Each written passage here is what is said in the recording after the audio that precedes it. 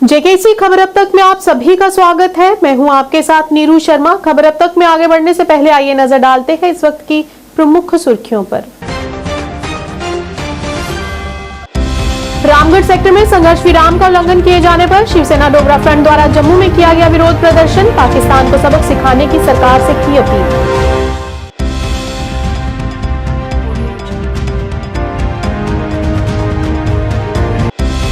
LG Manoj Sinha ने जम्मू में pension सम्मेलन में कल्याणकारी योजनाओं पर डाला प्रकाश। जिले के प्रयासों की सराहना।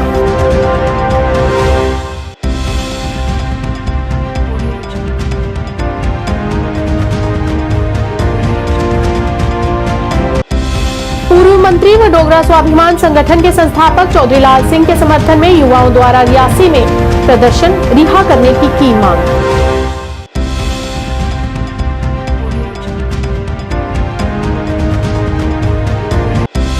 बीएसएफ के डीजीपी ने पासिंग आउट परेड समारोह में लिया भाग और कहा घुसपैठ की कोशिशों को नाकाम करने के लिए है तैयार।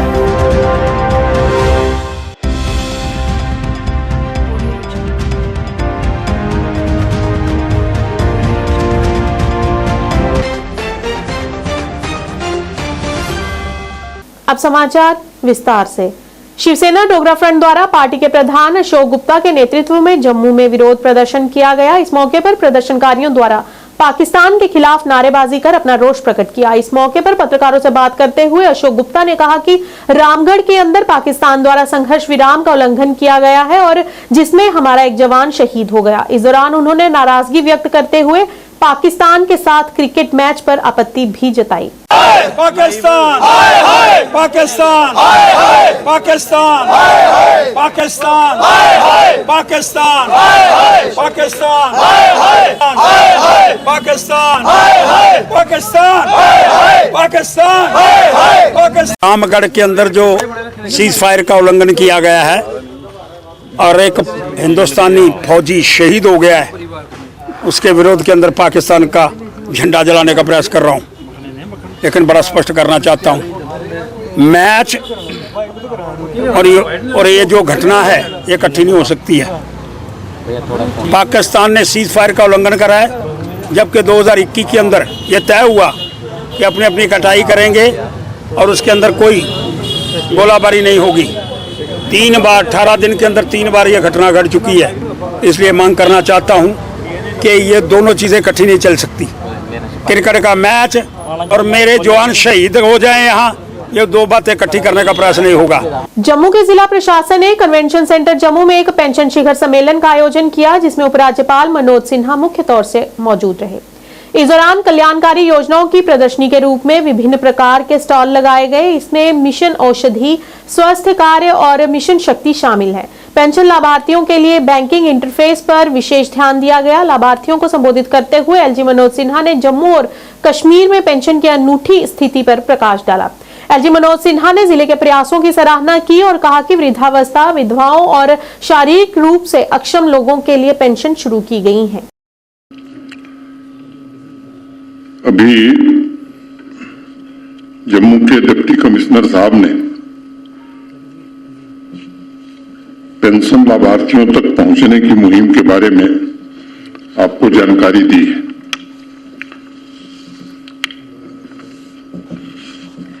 मुझे खुशी इस बात की है कि ये सच है कि रिन्यूअल में कठिनाई थी लोगों को, और जिस युद्ध स्तर पर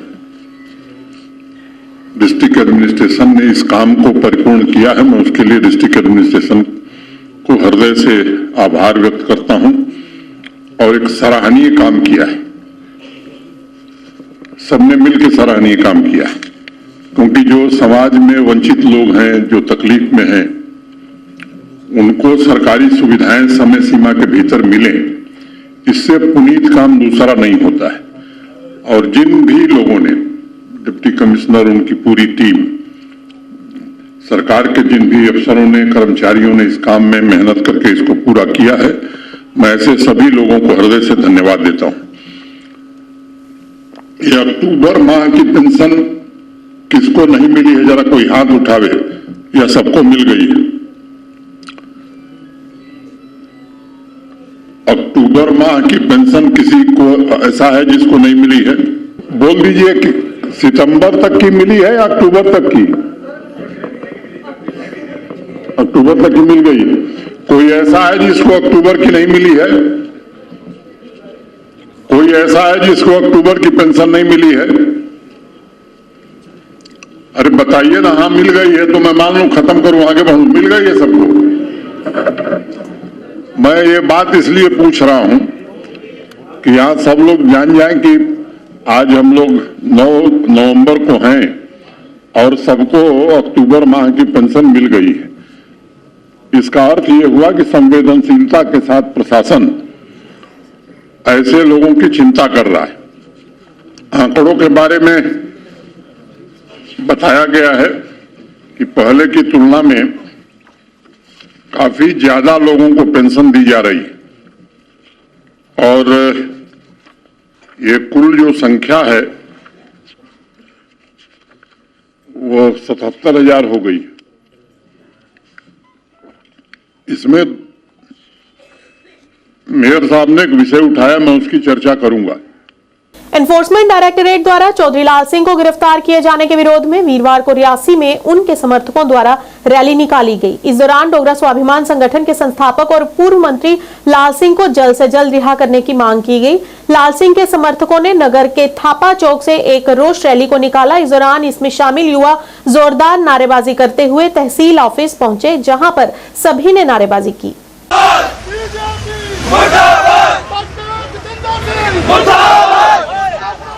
बदले की भावना बंद करो, बंद करो, रिहा करो, रिहा करो, रिहा करो,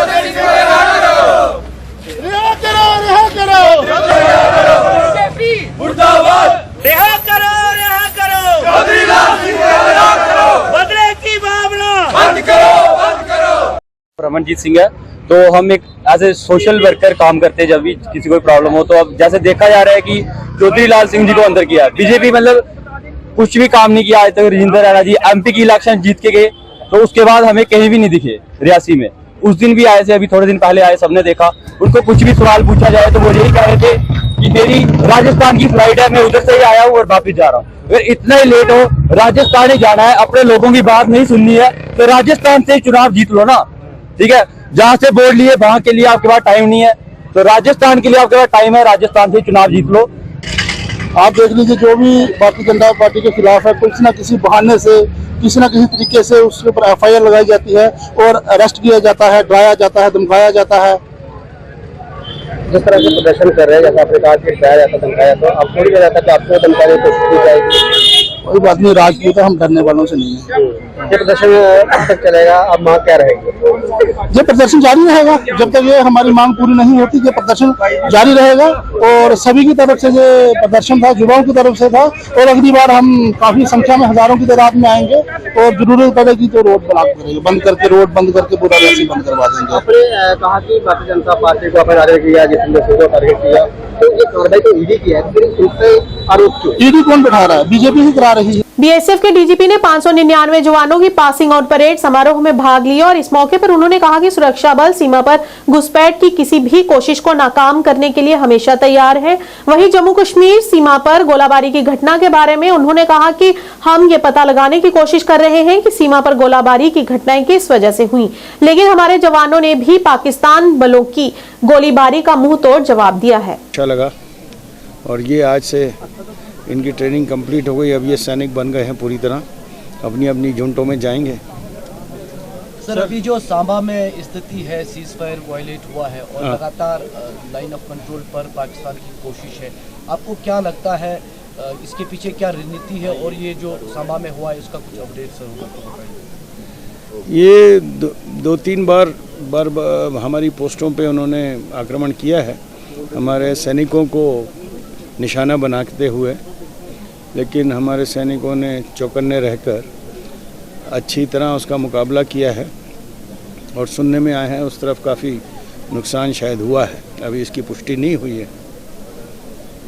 तो सर इसका इम्पैक्ट पड़ेगा जो सीज फायर एग्रीमेंट चल रहा है 2001 से, तो क्या लग रहा है आपको कि क्योंकि लगातार पिछले कुछ समय से 2 हफ्तों से या उससे ज़्यादा 2 हफ्तों से ऐसा हो रहा है इसके पीछे क्या कारण है अभी पता नहीं चला है, इसके बारे में बातचीत चल रही है। बस जैसे ही उसको पता चलेगा फिर आगे की रणनीति तय की जाएगी। Sir, has the soldier succumbed to the injuries? We are getting some reports that he was. Yesterday he was not well, he has been hurt. उसके गोली लगी है, अस्पताल में ले गए हैं, तो अभी पूरी तरह कह पाना मुश्किल है कि क्या है latest. So what's the status? जी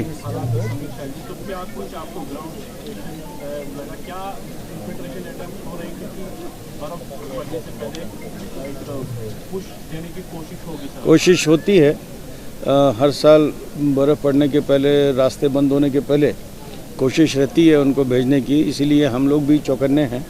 मैं भी कल इसीलिए LOC आपने जैसे बताया उस एरिया में गया था, अपने सैनिकों से मिला और आर्मी के अफसरों से भी मिला हूँ, तो वो सब भी चौकन्ने हैं और वो इन्फिल्ट्रेशन होने का प्रयत्न होगा तो उसे हम निस्तेनाबूद करेंगे। आज न्यायालय परिसर सुनकोट में पत्रकार वार्ता का आयोजन किया गया, जिसकी अध्यक्षता PDP के वरिष्ठ अधिवक्ता एवं वरिष्ठ नेता शेख मुख्तार ने की। पत्रकार वार्ता पूर्व सांसद और पूर्व मंत्री चौधरी लाल सिंह की अवैध हिरासत और गिरफ्तारी को लेकर की गई। इस मौके पर शेख मुख्तार और अन्य ने जम्मू में ED प्राधिकरण द्वारा चौधरी लाल सिंह डोगरा नेता की अवैध गिरफ्तारी की कड़ी निंदा की। इस दौरान शेख ने कहा कि ये पूरी तरह से राजनीतिक गिरफ्तारी है, न कि व्यवसायिक गिरफ्तारी। इस अवसर पर शेख ने चौधरी लाल सिंह को अवैध हिरासत से रिहा करने के लिए केंद्र सरकार के साथ साथ JKUT सरकार को कड़ी चेतावनी दी। आज की हमारी बार एसोसिएशन की तरफ से, सुरनकोट बार एसोसिएशन की तरफ से और जम्मू सूबे के रहने वाले शहरियों की तरफ से जो चौधरी लाल सिंह को गुज़िश्ता रात ED के द्वारा गिरफ्तार किया गया है, इसके खिलाफ हम मजम्मत करते हैं। इसके खिलाफ हम अपनी ज़बरदस्त मजम्मत दर्ज करते हैं। ये सेंट्रल गवर्नमेंट और हमारी UT गवर्नमेंट, खासकर आप सीधा कह सकते हैं कि भारतीय जनता पार्टी, इनको जो भी शख्स हजम नहीं होता या जो शख्स इनकी तंजीम ज्वाइन नहीं करता या जिस शख्स से इनको सियासी खतरा है, उसको उठा के जनाब तो ये बंद कर देते हैं और झूठे केस बना देते हैं, झूठे केस लगा के तो जेलों में बंद कर देते हैं। ये आए रोज है। चलो कश्मीर का तो एक अलग सिस्टम है, कश्मीर में तो हुआ क्या हुआ, मनी लॉन्ड्रिंग हुई, कैसे हुआ, अब ये हमारे घर तक पहुंच गए। जम्मू हमारा घर है और ये जम्मू के डोगरों का इस वक्त सबसे बड़ा लीडर है। और लाल सिंह एक ऐसा आदमी है जिसने मरी हुई डोगरा सभ्यत, डोगरा तहजीब जो है उसको जगाया और एक अपना हक मांगने की कोशिश की, जिसमें हम सब लोग आते हैं। हमें भी आप डोगर देश का हिस्सा कंसिडर करें। हमारा ताउन इसके साथ है और हमारी सख्त मजम्मत है। एक इन्वेस्टिगेशन किसी ट्रस्ट की चल रही है which is headed by her wife XMLA Kanta Devi, जो लाल सिंह की बीवी है, उसकी ऑनरशिप में वो ट्रस्ट चल रहा है। अगर उसमें कोई एलिगेशंस हैं, वो राइट है या रॉन्ग है, तो उसमें चौधरी लाल सिंह को जो है गिरफ्तार करने की, इस तरह से बेइज्जत करना, ह्यूमिलिएट करना, डिग्रेड करना, डिथ्रोन करना। वो एक एक्स पार्लियामेंटेरियन रहा है, 2-3 टाइम्स हमारी स्टेट कैबिनेट में कैबिनेट मिनिस्टर रहा है, फॉरेस्ट मिनिस्टर और हेल्थ मिनिस्टर और ऐसा मिनिस्टर के जिसने अवार्ड्स लिए हुए हैं। श्रीनगर के बाग मेथाब इलाके में आग लगने की घटना सामने आई, जिसमें एक व्यावसायिक इमारत की ऊपरी मंजिल क्षतिग्रस्त हो गई। आग ने व्यावसायिक इमारत को अपनी चपेट में ले लिया, जिसमें ऊपरी मंजिल क्षतिग्रस्त हो गई। सूचना मिलते ही दमकल की गाड़ियां मौके पर पहुंची और आग बुझाने में जुट गई। गनीमत रही कि इस आगजनी में किसी की जान जाने या घायल होने की सूचना प्राप्त नहीं हुई है।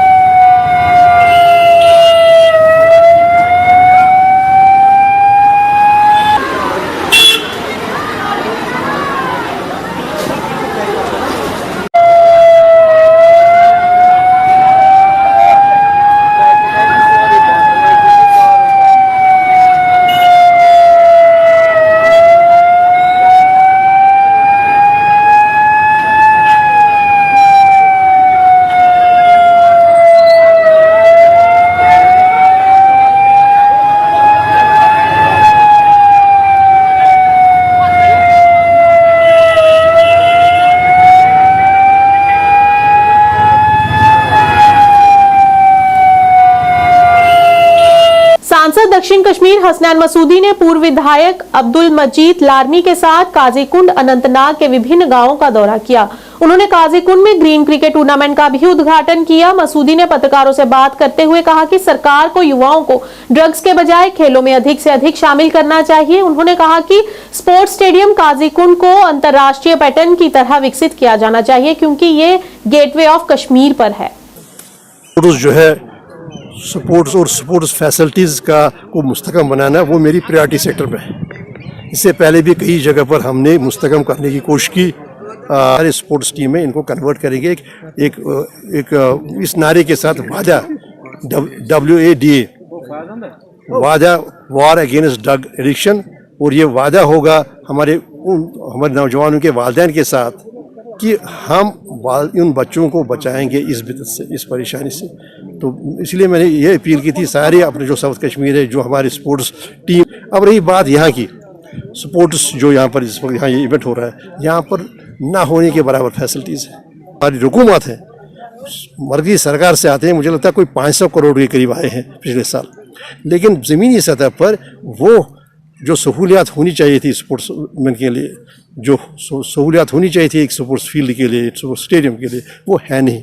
मैं अपने MP लैड से मैंने कहा कि जो उस MP लैड से जो भी मुमकिन होगा, एक रोलर के अलावा जो लाइट्स वगैरह के हवाले, और ख़ासकर मुझे लगता है कि इसको एक चेन फेंसिंग की ज़रूरत है। समग्र शिक्षा के तत्वाधान में आंचलिक शिक्षा कार्यालय तेरहगाम ने आज स्कूल प्रबंधन समितियों, ग्राम शिक्षा समितियों और पंचायती राज संस्थानों के सदस्यों के लिए सामुदायिक गतिशीलता सह प्रशिक्षण कार्यक्रम का आयोजन किया। इस अवसर पर BDC तेरहगाम मोहम्मद अब्दुल मीर, प्रभारी प्राचार्य डाइट कुपवाड़ा मोहम्मद अशरफ अब्दुल रहमान तथा कई गणमान्य लोग मौजूद रहे। इस अवसर पर बोलते हुए BDC तेरहगाम ने कहा कि यह कार्यक्रम शिक्षा विभाग द्वारा दिए जाने वाले लाभों एवं शिक्षा क्षेत्र को बेहतर एवं सुदृढ़ बनाने हेतु है। इस दौरान उन्होंने शिक्षकों की प्रशंसा की और उनके अनुकरणीय कार्यों की भी सराहना की। यहाँ पे गवर्नमेंट मिडिल स्कूल पोशपुरा में जोनल एजुकेशन ऑफिस तेरहगाम की तरफ से जो प्रोग्राम ऑर्गेनाइज हुआ SMC और SMDC के हवाले से, इसमें हमारे साथ थी डिस्ट्रिक्ट जो हमारा डाइट है इंस्टीट्यूट, उसके जो सरबराह हैं वो भी हमारे साथ थे, और नोडल ऑफिसर लिख, उसातिज़ा और बच्चे। मैं कहता हूँ ये तीनों स्टेक होल्डर्स हैं।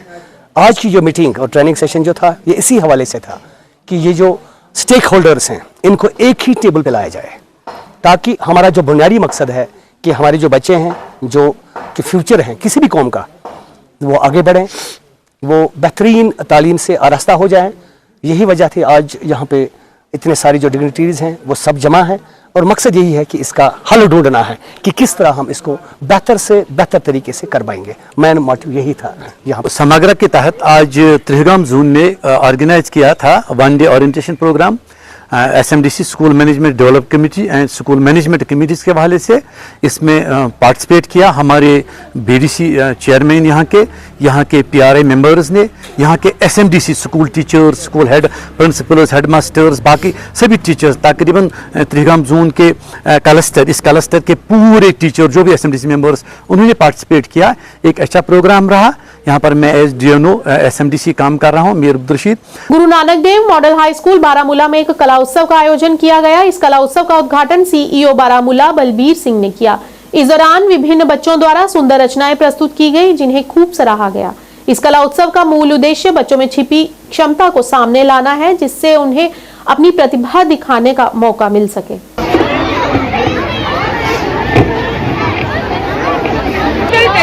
कहाँ चले जाओ बेटा, कहाँ? इधर आओ, सामने है।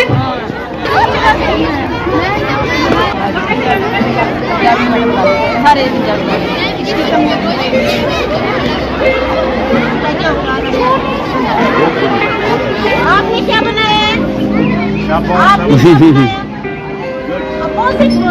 Very good, very good. आप किसका?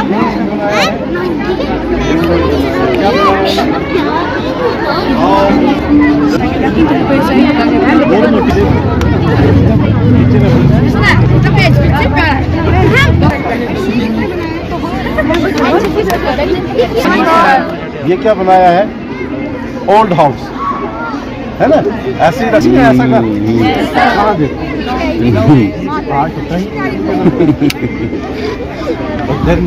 दैट मीन्स क्या आप 25-30 साल के बच्चे 25-30 साल पहले हुआ करता।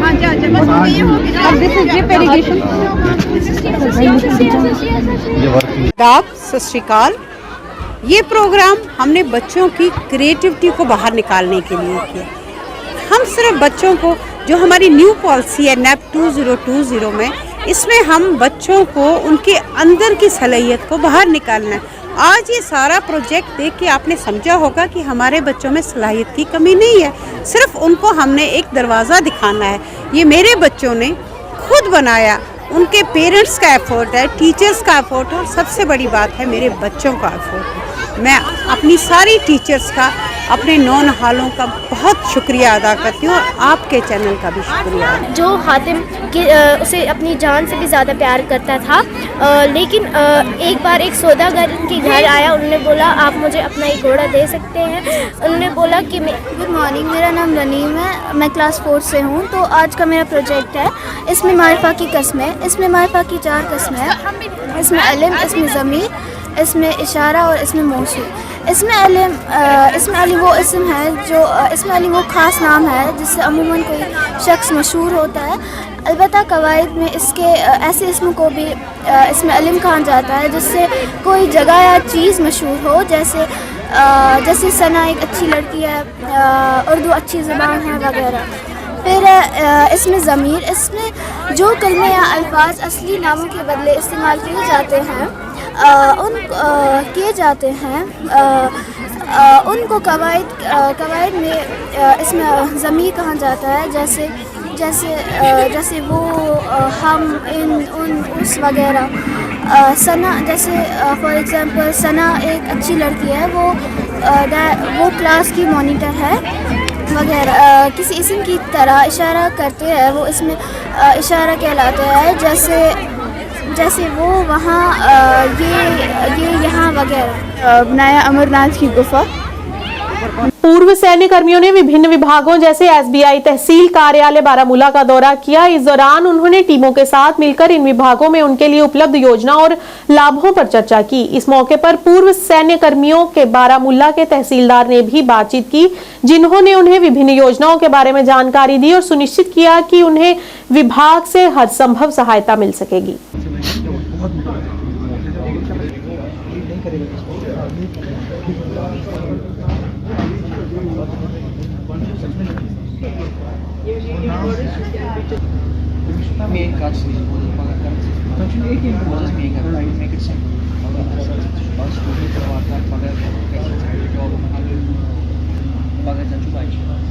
कुछ पता है, कुछ नहीं पता होता है, तो उनके बारे में मैं थोड़ा सा आपको ब्रीफ में बताऊंगा। सबसे पहले जो एक्सर्समैन सर्विंग में होता है, उसमें और एक्सर्समैन के बारे में थोड़ा सा फर्क है। जो वहाँ स्कीमें होती हैं सर्विंग में, वो जब आप रिटायर हो जाते हो तब वो स्कीमें चेंज हो जाती है एक्सर्समैन के लिए। सबसे पहले एजुकेशन ग्रांट, 2 बच्चों के लिए एजुकेशन ग्रांट मिलती है। एक ग्रांट है, जैसे आपको सर्विंग के दौरान एजुकेशन का स्कॉलरशिप देती हैं, जितना बच्चे का होता है साल का वो अलग है। यहाँ 12,000 एक बच्चे का मिलता है और 2 बच्चे का 24,000।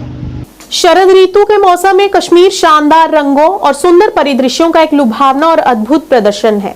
कश्मीर, जिसे अक्सर पृथ्वी पर स्वर्ग कहा जाता है, दुनिया भर में सबसे पसंदीदा पर्यटन स्थल है।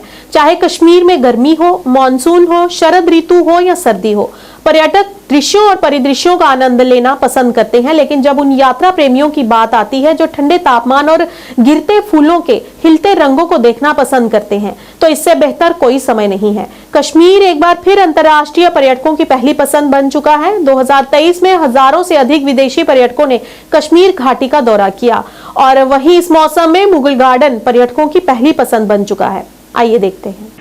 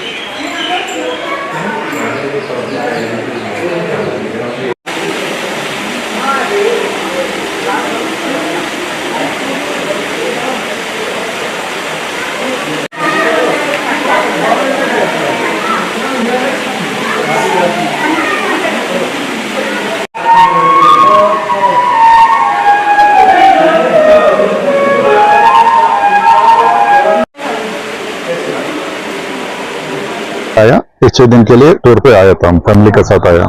बहुत अच्छा यार, बहुत अच्छा। मैं जिंदगी में पहले दफा देख रहा इतना खूबसूरत जगह। तो कश्मीर में पहले दफा आया था। इंशाअल्लाह 6 दिन पर रुकेगा। फिर आदमी लोग भी बहुत अच्छे हैं, सब दोस्ती के जैसे, सब विश्वास कर सकते, किसी के ऊपर टेंशन नहीं लेना, आराम से घूम सकते, किधर भी घूम सकते, कोई मुश्किल नहीं इधर। तो यार किनारे इसके यही मजा ले रहा है ना, इधर से पूरा यही मजा ले रहा है। ये तो दुनिया का जन्नत ही है, सब लोग आके देखना चाहिए। इंशाअल्लाह सब इधर आके देख के मजा लेना चाहिए इंशाअल्लाह। मेरा नाम प्रद्युमन सिंह है, मैं यूपी बदायूं से आया हूँ और ये जगह बहुत सुंदर है। सारी चीजें, पहाड़ और नदियाँ, बर्फ। मैंने जगह देखी, बहुत सुंदर थी और मेरे को बहुत पसंद आई। यूपी बदायूं जबरदस्त एक्सपीरियंस रहा और जहाँ कहीं भी गए बिल्कुल दिल को बहुत अच्छा महसूस करने वाली सब एक्सपीरियंसेस रहे हमारे।